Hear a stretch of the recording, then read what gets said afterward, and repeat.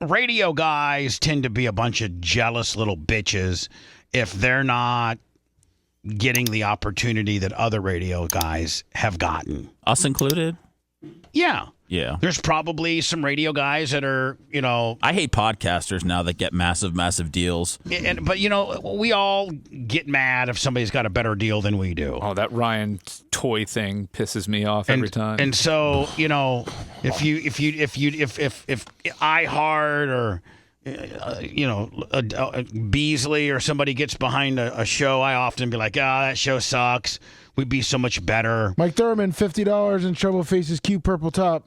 And they're little fish, and it's blue and purple. And then, there's probably some radio broadcaster be like, oh, my God, Bubba sucks. He's not relevant anymore. He's horrible. He had his opportunity, and he blew it. He did A, B, C, D, and E, F, G, H wrong. He's sneaking ham sandwiches on Allegiant. What happened to this guy? He deserved what he got. He's a hack. He's a cheat. He's just everything. He sucks. Cross-eyed, cuckold, everything. Short arm, T-Rex.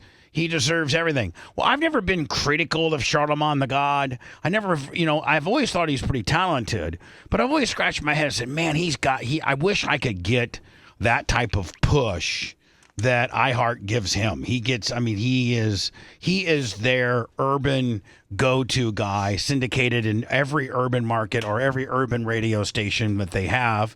And it's very, very cost effective for them because, and his show is based out of New York, so he gets the biggest stars. And really, quite frankly, he is a very, very talented broadcaster. The thing about the radio stations in New York, like all that, hot and everything, is that the rappers and the celebrities listen to the station. So, it's easier to get a lot of these guys to come by the studio when they live down there. Right. They're just in the neighborhood. So, yeah, he's in a great position being in New York to, and he's turned that into a bunch of things. He's got a great podcast. Yeah. And he's turning into Stephen A. Smith almost. He really, really is he's positioned himself first as a radio personality. Now he does a major podcast, and he's a major African American content influencer. What the hell's going on with his eyebrows? Well, I don't know, Brian. Let me get through my story, okay? Jesus Christ, my God. When I'm on a roll, man, just stop derailing me. I'm sorry. Get it when I get into it later. But let me tell my story. It's turned into the Brian trying to pick Bubba apart show, and I'm not liking it. I was talking about you. Picking apart the guy I'm talking about.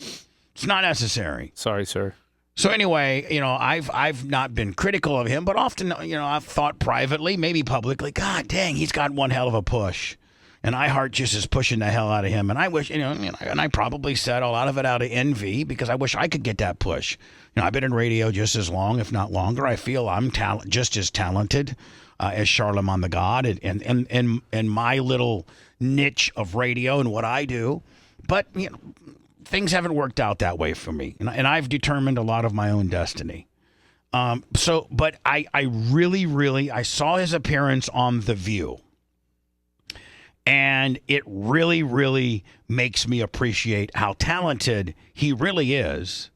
And it just really struck kind of a nerve with me on, how big of a star he is. And, I'm saying this from a place, from a good place, but I'm proud of him. I'm proud of a radio guy that's been able to turn what he started into what he has now. He's a major influencer.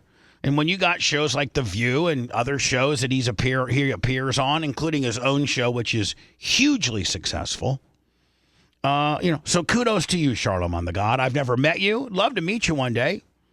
But kudos to you. And I really, really appreciate your appearance and not let Whoopi Goldberg, who I think who in my opinion is nothing but a race baiter.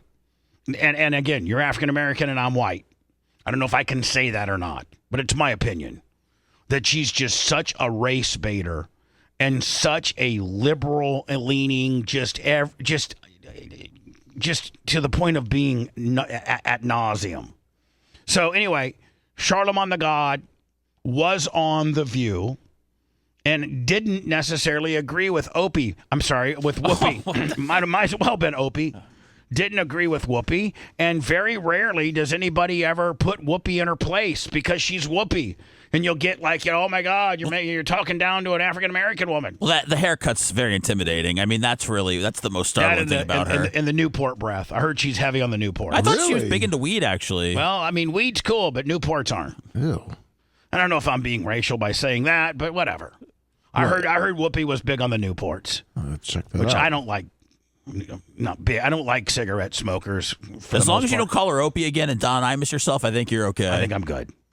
Is valid because, Democrats, all of the criticism is valid because, Democrats stand on this moral high ground all the time. And, they act so self-righteous. The reality is he didn't have to say anything in regards to, whether or not, his son wanted to be pardoned. He could have said, hey, man, I'm not focused on that right now. But since they were calling Trump a threat to democracy, and they were saying that, nobody's above the law, but they were speaking about him. That's what they were running on. So when he kept saying things like, nobody's above the law, I respect, the jury's decision in regards to my son, he didn't believe that. But he didn't have to volunteer that lie to begin with. I'm going to stop you for a second. Uh-oh. Only because you don't know that it was a lie. We don't know why he changed You really think he just changed his mind over Thanksgiving weekend all of a No, sudden? I'm going to tell you what I think. Okay. Yeah. I think he changed his mind because he got sick of watching everybody else get over. And this is just my feeling, because at some point you get to the place where you just go, so I'm just going to follow the straight and narrow always, because that's what's expected of Democrats. But that's their fault. They're the ones that they're the ones that go out there and they stand on this moral high ground. Listen, they don't have to do that. I'm a Democrat. Tell me what the moral high ground is. The moral high ground is nobody's above the law. I respect what the jurors are saying.